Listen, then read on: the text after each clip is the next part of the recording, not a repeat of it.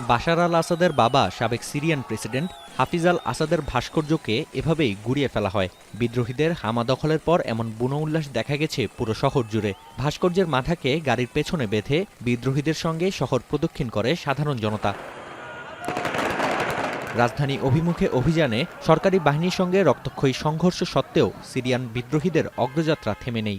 Idlib, Aleppo ও হামার পর হায়াত তাহরির আল শামের হাতে পতন হয়েছে চতুর্থ শহর দারার।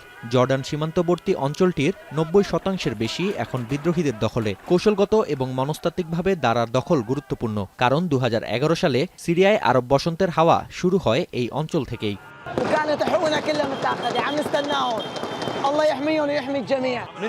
عم نعاني من الظلم والإجرام والقهر. الأب وابنه الأب والابن العائلة لسه.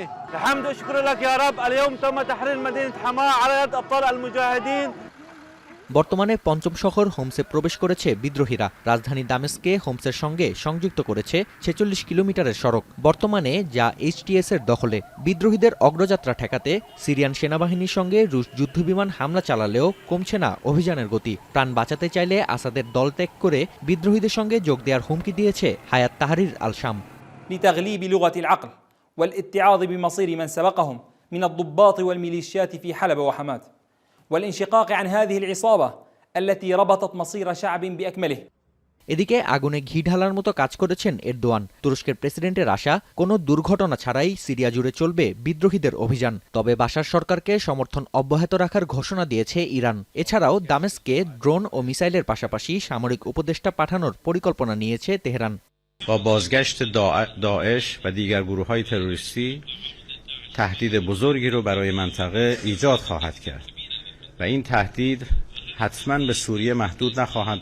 Muhaliflerin bu yürüyüşü şu an itibariyle devam ediyor. Biz de bunu gerek istihbarat gerekse bütün medyadan takibini yapıyoruz.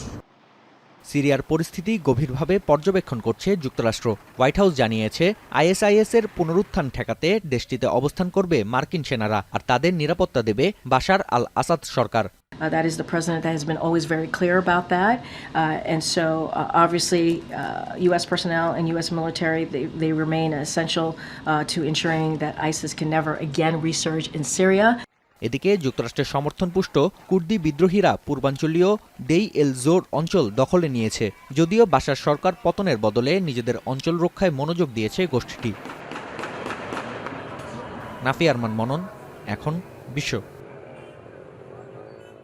মাঠের অলরাউন্ডার আমি, আর ঘরের allrounder Tilex. Tilex toilet cleaner, clean মানেই টাইলক্স।